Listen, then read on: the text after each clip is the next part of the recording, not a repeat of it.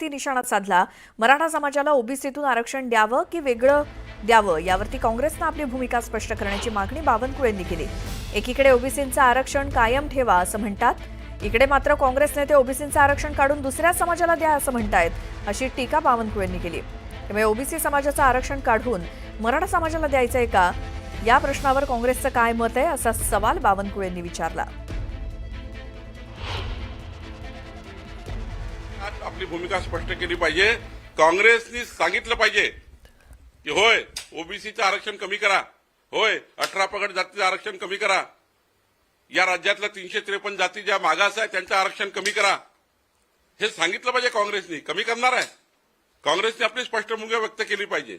आमचं म्हणणं असं आहे की तुम्ही मराठा समाजाला आरक्षण देताना कुठल्याही समाजाला एससी एसटी ओबीसीला आरक्षण कमी करू नका। जी काँग्रेसची भूमिका आहे ही आहे की नाही, ही नाना पटोलेची भूमिका आहे का? आजच तुम्ही नाना पटोलेला जाऊन विचारा, आजच तुम्ही वडेट्टीवारांना विचारा, आजच त्या ठिकाणी त्यांच्या सर्व नेत्यांना विचारा आणि विचारा त्यांना की भूमिका काय आहे। एकीकडे ओबीसीची गोष्ट करायच्या, ओबीसी समाजाला त्या ठिकाणी सांगायचं आम्ही तुमच्या पाठीशी आहे, आणि ओबीसीचं आरक्षण जात असताना मात्र गप्प बसायचं, हे काही बरोबर नाही। आम्ही मराठा समाजाच्या मागे उभे आहोत, याचा अर्थ असा नाही की आम्ही दुसऱ्या समाजाचं आरक्षण कमी करून या समाजाला द्या, या भूमिकेला आम्ही नाहीये। प्रत्येक गावापासून गल्लीपासून चौकापासून या राज्याला विकसित महाराष्ट्र करण्याचा संकल्प ज्यांनी केला त्या नेतृत्वाला मात्र तुम्ही क्रिटिसाइज करता आहेत। याचा अर्थ देवेंद्र फडणवीस हे मराठा समाजाचे नाही आहेत, ते एका ब्राह्मण समाजातून येतात किंवा त्या ठिकाणी मराठा समाजातून येत नाही, ओबीसी समाजातून येत नाही, हे त्यांचं दुर्दैव आहे का?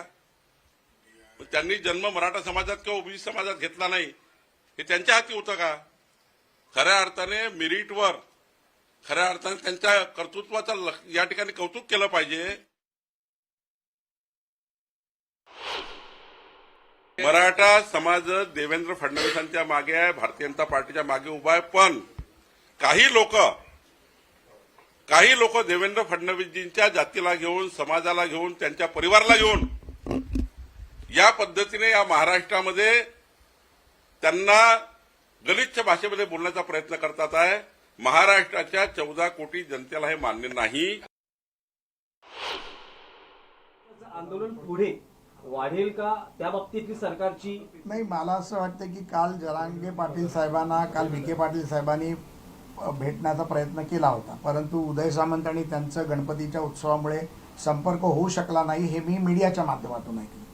मी आज सकाळी देखील विखे पाटील साहेबांना फोन लावण्याचा प्रयत्न केला, परंतु त्यांचा फोन लागला नाही, पण निश्चितपणे त्यांचा फोन येईल। आम्ही देखील त्यांना विनंती करतोय, ही समिती जी तुमच्या नेतृत्वाखाली केली आहे त्यामध्ये माननीय मनोजदादाचे विषय काय, मनोजदादाची मागणी काय, ती मागणी तुम्ही निश्चितपणे ऐकून घेतली पाहिजे, समजून घेतली पाहिजे, राज्याच्या मुख्यमंत्र्यांना ती सांगितली पाहिजे।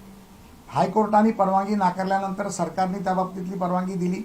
हायकोर्टामध्ये ते प्रकरण न्यायप्रविष्ट असल्यामुळे निश्चितपणे दादाच्या आंदोलनाच्या बाबतीत समिती, उपसमिती, समिती आणि मुख्यमंत्री आणि उपमुख्यमंत्री निर्णय घेतील आणि दादांना कुठल्याही प्रकारचा विरोध होणार नाही, दादांना कुठल्याही प्रकारचा त्रास होणार नाही, याची देखील काळजी राज्य सरकार घेईल, याची मला खात्री आहे। आता जरांगेंच्या संदर्भात पाहिलं तर त्यांचा रोख हा फक्त मुख्यमंत्र्यांवर दिसून येतो, हे बघा, राज्याचा प्रमुख म्हणून मुख्यमंत्रीच असतो, राज्याचा प्रमुख म्हणून मुख्यमंत्र्याला जबाबदार धरलं जातं।